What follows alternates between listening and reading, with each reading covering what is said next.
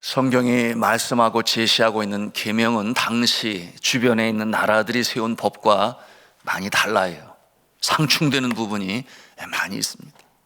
그도 그럴 수밖에 없지 않겠습니까? 사람의 생각과 경험을 통해서 만들어진 법과 하나님께서 직접 내려주시는 계명은 다를 수밖에 없지요. 왜 그렇겠습니까? 인간은 아담과 하와의 타락 이후로 죄성 가운데 태어나게 되었으니 아무리 생각을 하고 경험을 바탕으로 한다 할지라도 죄성 가운데 연약함과 부족함이 배어나올 수밖에 없는 것입니다. 그런데 이 법과 비교할 때에 죄가 없으신 하나님, 거룩하신 하나님, 온 우주 만물을 창조하시고 다스리시고 보존하시고 심판하시고 복을 주시는 하나님이 직접 주신 그 계명과 비교할 수가 없지요. 그러므로 세상의 법은 이 성경에 있는 내용을 가지고 법으로 세워나가는 모습이 서구 문명 사회에서 세워진 나라들의 법인 것이. 어제도 말씀을 드렸습니다. 그러나 많은 경우 하나님과 나와의 수직적인 관계가 먼저 이루어져야 이 수평적인 관계, 그렇죠? 사람들의 관계를 중심으로 만들어진 세상 법도 지킬 수 있는 것인데, 여러분, 죄성이 있기 때문에 아무리 법을 잘 만들어 놓아도 죄악이 그치지가 않아요. 법망을 피해가는 머리 똑똑한 사람이 얼마나 많은지 몰라요. 여러분, 이 하나님께서 주시는 법, 그것이 오늘 성경 말씀을 통해서 우리에게 주시는 것입니다.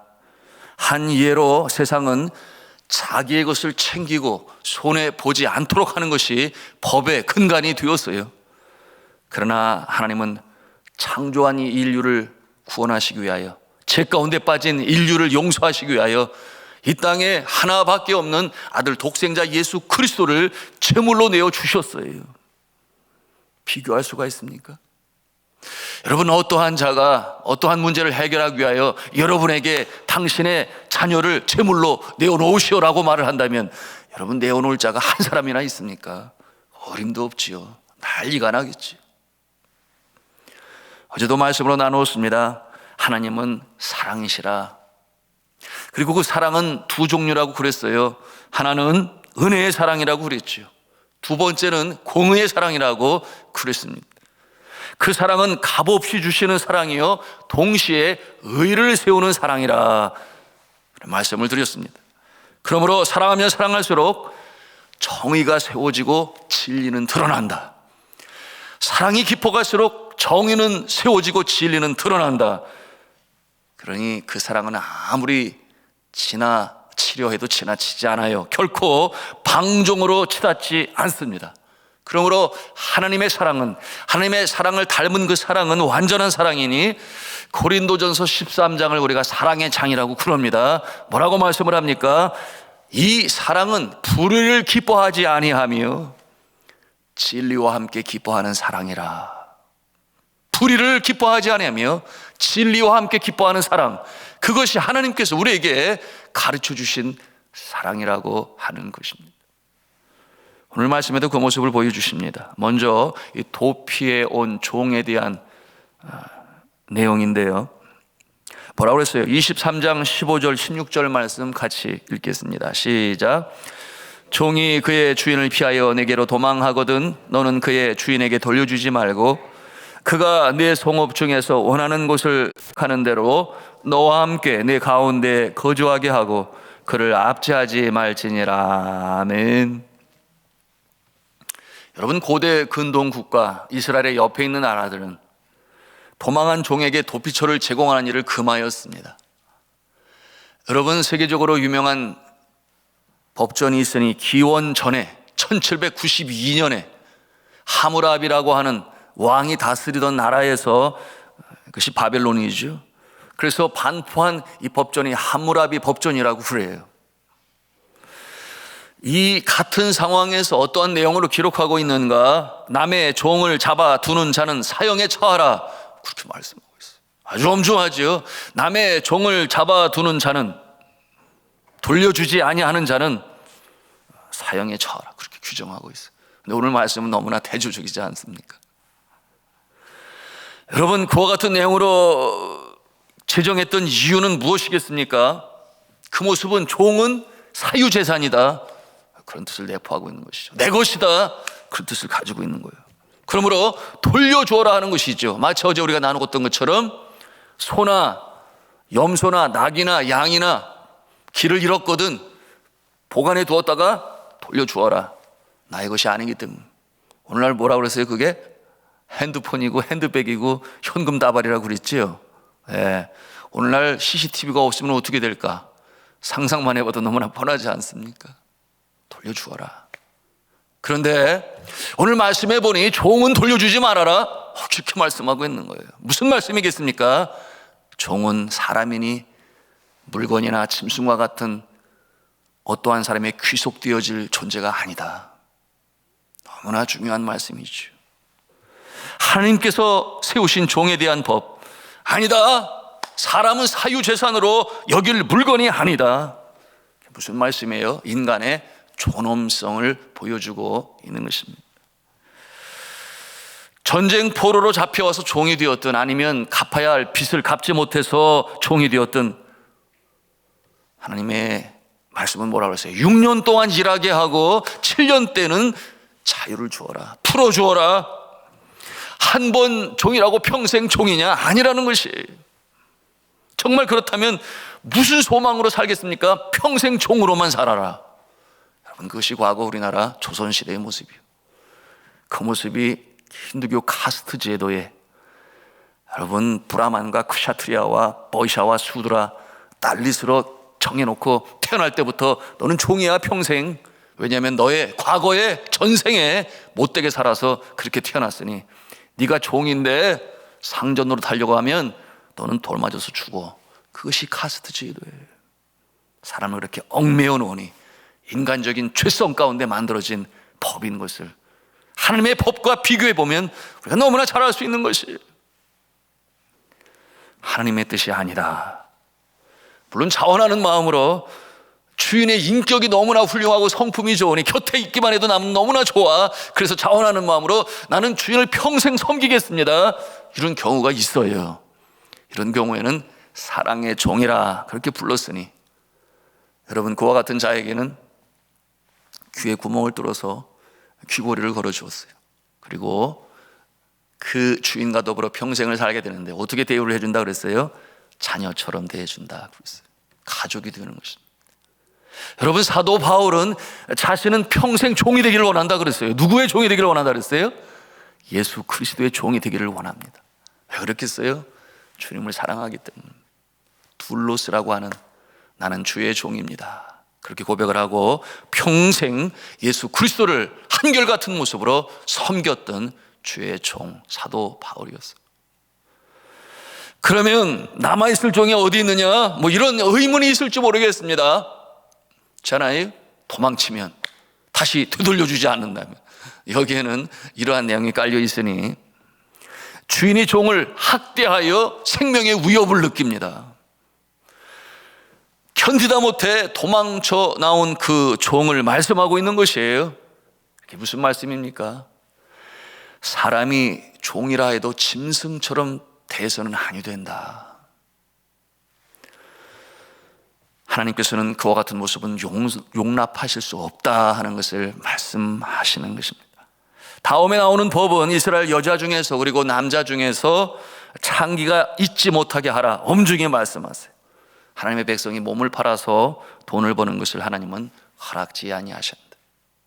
이것은 정결에 관한 법이니 그 영혼까지 상처를 받고 찔림을 받아 그 모습은 하나님께서 보시기에 너무나 가련하고 불쌍한 인생이에요. 복 있는 삶이 아니다. 그러니 이스라엘 백성 중에서 그와 같은 모습이 없게 하라, 아주 엄중히 말씀하세요. 어쩌다가 그러한 처지에 이르게 되었다면 속히 멈추고 돌아와야 합니다.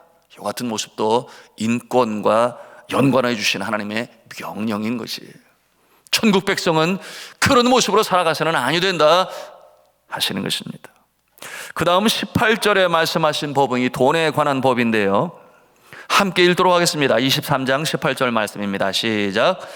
창기가 번 돈과 개 같은 자의 소득은 어떤 선하는 이로든지 내 하나님 여호와의 전에 가져오지 말라. 이 둘은 다 내 하나님 여호와께 가증한 것임이니라. 아멘.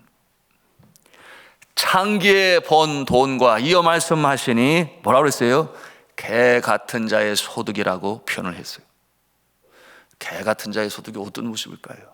이와 같은 모습은 정상적으로 수고하여 번 돈이 아니라 남을 속여서 또는 갈취하여 번 돈, 하나님이 받으시지 아니하신다. 여러분, 그런 말도 있잖아요. 칼만 안 들었지 강도라. 칼만 안 들었지 강도라.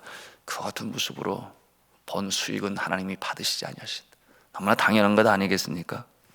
죄성의 결과로 그와 같은 모습이 나타나. 마약 거래와 같은 불법을 통하여 인간의 생명에 해악을 끼치는 그와 같은 내용으로 거래함으로 번 돈은 하나님께서 받으시지 아니하시니 뭐라고 표현했어요? 가증한 것이라. 성격 지으셨습니다. 세상에 어떤 사람들은 말을 해요. 뭐라고 말하느냐? 개같이 벌어서 정승같이 쓰겠다. 뭐 이렇게 말하는 모습. 개같이 벌어서 정승같이 쓰겠다. 무슨 말이에요? 결과만 좋으면 되는 거 아니냐? 그러나 하나님께서는 결과 이전에 동기를 보시고 과정도 보시는 우리 하나님이십니다. 동기도 보시고 과정도 보시는 하나님. 여러분, 동기가 선하고 과정이 선하면 그 결과는 너무나 선한 것 아니겠어요? 그와 같은 모습을 하나님께서 기뻐 보시니, 여러분, 하나님께서 이 일터에서의 윤리에 대해서 말씀하시기를 너희는 사람을 섬기지만 예수 그리스도를 섬기는 것이니라 그렇게 말씀하셨고, 그러므로 성실함으로 신실함으로 사람에게 보이는 것처럼 하지 말고 주 너희의 하나님께 하는 것처럼 하라. 일터에서의 윤리를 신약 성경에서도 그렇게 말씀해 주셨습니다. 자, 그렇게 번 돈으로 수익으로 하나님께 드릴 때에 하나님께서 기뻐하시고 복을 내리시니 30배, 60배, 100배, 아니 때로는 넘어 1000배, 10,000배의 결실로 갚아주시는 하나님이심을 믿으시길 바랍니다. 그래서 그 드려진 물질이 하나님 나라 확장하는 일에, 하나님의 사랑이 증거되는 일에 사용케 하시니, 어려운 자들을 위해서 구제하게 하시고 필요한 곳에 사용하게 하시니 하나님의 사랑이 나타나시고 하나님의 나라가 확장되는 것이죠. 이어지는 19절 20절의 말씀은 돈을 꾸어간 이 형제라면 이자를 받지 말아라 그렇게 명하시고 계십니다. 형제제 간에 또는 믿음의 사람들 간에 이 돈 거래하는 것은 참 바람직하지 못해요. 왜냐하면 예상치 못한 일들이 나타나요. 그렇잖아요. 사람이 살다 보면 마음은 오는 이로되 일이 잘 되지 않으면 너무 늦게 갚느냐고, 이쪽에서는 너무나 급한데 뭐 이런 상황들이 벌어질 수가 있어요. 그러나 어쩔 수 없는 참 긴급한 급박한 이와 같은 상황 가운데서 그런 일이 생기거든 뭐라고 그랬어요? 원금만 받고 이자는 받지 말아라 그렇게 말씀하시는 것입니다. 그러나 이방인들에게서는 이자를 받으라 또 그렇게 말씀하세요. 그래서 은행업이 정상업이다 이렇게 말해도 성경에 위배되는 것은 아닌데요. 무엇을 보여주는 것입니까? 믿음의 공동체, 하나님 나라의 백성들끼리는 서로 어려울 때에 도와라, 힘들 때에 도와라, 돌봄으로 섬겨야 할 것을 이렇게 제정하시는 것입니다. 그럴 때 하나님께서는 빌려준 자가 손해를 보게 하시는가? 그렇지 않다. 하나님의 사랑으로 성품으로 그렇게 나누고 이자를 받지 아니하는 것이니 믿음의 사람들 같은 믿음의 동기간의 말이에요. 그래서 그와 같은 자에게 하나님께서는 어떻게 하신다고 그랬어요? 20절 마지막에 뭐라고 말씀하셨습니까? 내 손으로 하는 범사에 모든 일에 복을 내리시리라 믿으시면 아멘 하시기 바랍니다. 하나님의 성품을 가지고 행하는 자 하나님께서 복으로 갚아주신. 22절은 서원에 관한 교훈인데요, 서원을 하였으면 뒤로 미루지 말고 속히 이루라 그렇게 말씀하세요. 또한 자원한 예물은 액수를 속이지 말고 약속한 대로 다 하나님께 드려라 그렇게 말씀하고 계십니다. 여러분, 이 서원은 하나님과의 약속이에요. 사람과의 약속도 중요하지만 하나님과의 약속이니 당연히 지켜야 하지요. 여러분이 소원은 무엇인가? 하나님과 약속이라고 그랬습니다. 하나님께서 이렇게 응답해 주시면 나는 이렇게 하나님께 감사하겠습니다, 그런 뜻을 가지고 있어요. 그런가 하면 제가 이렇게 하나님께 할 테니 하나님께서는 이렇게 해 주십시오, 이와 같은 조건으로 서로 피차 간에 MOU를 맺는 것입니다. 상방 간의 계약인 것이죠. 하나님께서는 이러한 소원 기도를 기뻐 받으십니다. 왜 그럴까요? 소원 기도에는 뜨거운 헌신의 내용이 담겨져 있어요. 항상 그렇죠. 내가 주를 사랑합니다, 그와 같은 마음이 바탕이 되어서 주를 사랑하니 내가 이렇게 하겠습니다. 그리고 하나님은 살아계신 하나님이요 틀림이 없으신 하나님이시니 내가 어려울 때 이렇게 하면 하나님께서는 이렇게 들어주실 것이라고 하는 전지전능하시며 사랑이 많으신 하나님이라고 하는 그 믿음이 있기 때문에 약속을 하는 것이지요. 그런 믿음이 없는데 그런 약속하겠습니까? 하지 않아요. 그래서 소원은 하나님께서 기뻐 받으시는 것이다. 그러나 오늘 많은 사람들이 소원하기를 두려워해요. 못 지키면 어떻게 하지? 그런 마음이 먼저 앞서기 때문에. 그러나 성경에 나타난 많은 위인들은 약속함으로 하나님의 놀라운 역사를 체험했어요. 약속함으로. 그리고 약속을 통해서 하나님은 하나님의 나라를 이루어 가시고 또한 그 약속을 통하여 복을 주시는 하나님이 되십니다. 저는 저의 인생을 돌이켜볼 때에 중요한 때마다 소원으로 하나님께 드리고 그 소원에 의해 행동하니 하나님께서 크신 복을 주셨어요. 처음 선교제 나갈 때 사역의 열매가 있기 전까지는 고국에 들어오지 않겠습니다, 그런 약속을 했어요. 참 대단한 약속 아닙니까? 열매 안 주시면 안 들어오고. 그 말은 뭐냐면 열심히 선교지에서만 열심히 수고하고 땀을 흘리며 하나님의 영광을 위해서 수고하겠습니다, 그런 약속이었죠. 그러므로 열매를 주세요, 그런 내용이었는데 1년이 가도 2년이 가도 3년이 가도 나타나지가 않아요. 결국 4년 반 만에 제가 고국 방문을 하게 되었는데 혼자 들어오지 아니하고 저희 형제들과도 약속을 했으니 너희들이 교회 개척을 열심히 잘해서 하나님의 영광이 나타나면 마닐라는 게임도 안 돼, 저 한국을 내가 구경시켜 줄게, 이렇게 약속을 해두었으니 그들은 열심히 하였고, 그래서 20여 명의 교회 개척을 이루고 또 유치원을 하고 하는 형제 자매들과 함께 고국을 방문하게 되었으니 너무 감사했지. 선교사로 나갈 때 10년을 드리기로 약속을 했어요. 그런데 6년 6개월이 지날 즈음에 우리 파송교회에서 이제는 사역을 접고 들어와라, 그렇게 말씀하셨어요. 제가 하나님께 10년을 약속을 했는데 6년 6개월 만에 들어와서 고국 목회에 섬긴다, 하나님 앞에 약속을 했는데, 그래서 제가 1년의 안식년을 마치고 고민이 많이 되었으나 그 다음에 기독교가 1% 미만인 네팔로 들어가게 되었습니다. 네팔에서는 안식년차 공부를 하러 가기로 되어 있었죠. 입학허가서를 받고 미국에 있는 또한 아주 유명한 신학교에 입학허가서를 받고, 그런데 인터뷰를 하게 되었는데 인터뷰에서 떨어졌어요. 그러니 참 충격이 되었지요. 그리고 비자 인터뷰 처음에 떨어지면 계속해서 떨어지는 거 아시죠? 잘 모르세요? 하여튼 그래서 참 낙심이 되고 짐을 꾸리면서 제 안에는 눈물이 글썽글썽하고, 그래서 제가 또 하나님 앞에 소원 기도를 하게 되었지 않습니까? 하나님께서 두 번째 인터뷰할 때 붙여주시면 제가 미국에서 공부할 때 반드시 돌아오겠습니다, 선교지로 돌아가겠습니다. 제가 왜 이런 소원을 했는가 하면 선교지로 간 선교사들 중에 돌아온 사람들 중에서 10명 중에 1명 될까 말까 그래요. 왜? 미국이 좋잖아요. 자녀들 교육이 또 무상으로지만 그렇게 또 좋은 학교들도 많잖아요. 그래서 시험의 장소라 거기가. 그러나 이 학위과정 마치면 반드시 돌아오겠습니다, 그런 인터뷰 합격하게 해주세요, 그렇게 소원 약속을 했는데 하나님께서 두 번째 허락하셨을까요, 안 하셨을까요? 물어보는 제가 이상하죠. 그래서 공부를 마치고 여러 사람들이 잡고 심지어는 박사과정까지 저희 지도교수가 이름까지 올려놓은 아니요, 저는 하나님과 약속했습니다. 돌아오게 되니 하나님께서 성령으로 기름 부어주시고 크신 복을 나뉘어 주셨습니다. 한국에 돌아올 때 하나님과 서약을 했을까요, 안 했을까요? 소원을 했지, 당연히 했지. 하나님, 제가 들어갑니다. 우리 산돌중앙교회가 다시금 부흥의 놀라운 역사를 허락해 주옵소서. 그러나 저는 최선을 다해 헌신하겠습니다. 한눈 팔지 않겠습니다. 우리 주의 몸된 교회를 위하여 성도들과 함께 주의 나라를 세워가겠습니다. 약속을 했는데, 여러분, 이 부흥과 성장이 이루어질까요, 안 이루어질까요? 아무도 몰라요.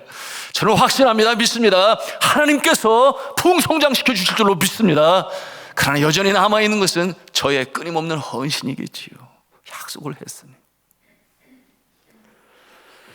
우리 교회 한 분 성도님은 한참 사업이 어려우실 때에 하나님의 마음을 기쁘시게 하려고 서약을 했는데, 소원 기도를 했는데, 제가 선교지에 2억 원을 드리겠습니다, 이렇게 소원 기도를 했어요. 하나님께서 그 소원 기도를 들어주셨을까요? 들어주셔서 사업이 회복이 되게 되고, 그리고 그 이후로 지금까지 1억 8천만 원을 선교지에 들으셨어요. 2천만 원 남았어요. 이제 다 마저 채워야 하겠지요. 은퇴를 했는데 채워야지요. 채울 것입니다. 그렇게 저는 생각합니다. 여러분, 소원을 우리 하나님께서 기뻐하십니다. 그러나 반드시 지켜야 하겠지요. 깊이 기도하는 가운데 체결해야 할 MOU인 것입니다. 꼭 지켜야 할 약속이기 때문에 정말 기도하면서, 각오하면서 하나님께 드려야 할 것이 소원인 것입니다. 그 다음 하나님께서 주시는 내용은 구제에 관한 것인데요, 10계명의 두 번째 부분인, 뭐라 그랬어요? 첫 번째는 하나님 사랑, 두 번째는 이웃사랑이라고 그랬습니다. 정말 먹을 것이 없어서 굶주린 자가 내 포도원에 들어오고 내 곡식이 익어가는 밭에 들어와서 그것을 따먹으면 쫓아내라는 것입니까? 그냥 내버려 두라는 것입니까? 내버려 두어라. 그러나 주머니에 집어넣고 광주를 갔다가 포도를 따가고 그런 거는 허락하라고 그랬어요, 안 하라고 그랬어요? 허락하지 마. 곡식을 손으로 훑어서 먹는 것은 허락하지만 볕단을, 거긴 벼가 아니겠죠, 밭에서 소출을 낫을 대서 가져가는 것은 허락하지 말라, 그렇게 말씀하셨습니다. 이게 무슨 말씀이겠어요? 굶어 죽게 하지 마라. 너의 형제 자매일 뿐만 아니라 나그네 된 자들도 사람의 생존권 굶어 죽게 하지 마라. 왜 그러고 싶겠어요? 하나님이 만드신 피조물이기 때문에. 아버지의 마음을 갖는 자는 굶어 죽는 모습을 참아보지 못하는 것이죠. 이러한 모습은 오늘날 하나님께서 여전히 바라시고 행하시기를 원하시는데요, 교회가 감당하는 이 선교, 전도, 구제 사역 가운데는 두 가지 사역으로 구분합니다. 이것은 선교학에서 너무나 기본적으로 말씀하시는 것인데요, 첫째, 그 모습은 레스큐라고 하는 구호 사역이 있어요. 구호 사역 뭐냐면 오늘 말씀에 적용되는 내용이니 살려놓고 보자, 쉽게 얘기하면 그런 거예요. 일단 살려놓고 보자, 죽어가고 있으니 언제 그런 일이 벌어지겠어요? 지진이 나고 화산이 터지고 쓰나미가 오고 재가 날 때 아무리 부자 나라도 당장 먹을 물이 없고 힘들어요. 일본도 그런 경험을 했지요. 그럴 때는 무조건 도와주고 보라, 살려내라, 먹을 것 필요하면 주고, 추운데 입을 옷이 없으면 옷을 보내주어라, 살려놓고 보라. 이것이 구제사역, 레스큐 사역이라고 그래요. 선교지에서 그런 사역 하시는 분들 계세요, 빈민촌에서. 그런가 하면 두 번째 사역은 어떠한 사역이냐? 개발 사역이라고 그랬어요. 같은 구제 사역인데 개발 사역은 디벨로프먼트 사역이라고 하니, 그와 같은 모습은 보다 더 나은 삶을 위하여 가르치고 훈련시키고 교육하고 인내함으로 격려하며 똑바로 세워가라 하는 그와 같은 사역이니, 저의 사역의 경험으로 비교를 해보면 이 피나투보 화산 폭발 이후에 이재민들을 위한 이 재활 사역은 거의가 구호 사역의 레스큐 사역이 있으니, 먹을 것 없어 죽어가는 자에게 먹을 것을 주는 사역, 해야 할 일이죠. 그런데 네팔에서의 사역은 디벨로프먼트, 그것은 개발 사역이 되니 학교를 세워서 교육을 시키고 가르쳐서 사회 나가 가난의 대를 끊어버리고, 믿음의 자녀들인데 영어로 공부하여 관광으로 먹고 사는 나라, 그런가 하면은 세계 구호기관이 다 들어왔으니 영어를 잘하면 취직이 잘 돼요. 그래서 유수한 세계적인 단체에 들어가 있는 우리 리빙스톤 출신들이 있으니 여러분, 이처럼 두 가지 방편으로 우리가 구제 사역합니다. 그런데 오늘 이 말씀은 어떠한 내용이 먹을 것이 없어 굶어 죽어가는 자에게 주어라, 허락하라, 와서 손으로 따먹을 수 있도록. 먹으면 얼마나 먹겠습니까? 사랑하는 성도 여러분, 저는 기도합니다. 여러분이 받는 자가 아니요 주는 자가 되시기를 주님의 이름으로 축복합니다. 왜냐하면 받는 자보다 주는 자가 더 복되다 했으니 여러분의 삶에 하나님이 복을 주셔서 오늘의 이 말씀을 실천함으로 하늘의 복이 여러분의 삶에 임하시고 주의 사랑이 드러나고 나타나는 하나님의 나라를 이루어가는 일에 쓰임 받으시기를 저는 주 예수 그리스도의 이름으로 축복합니다.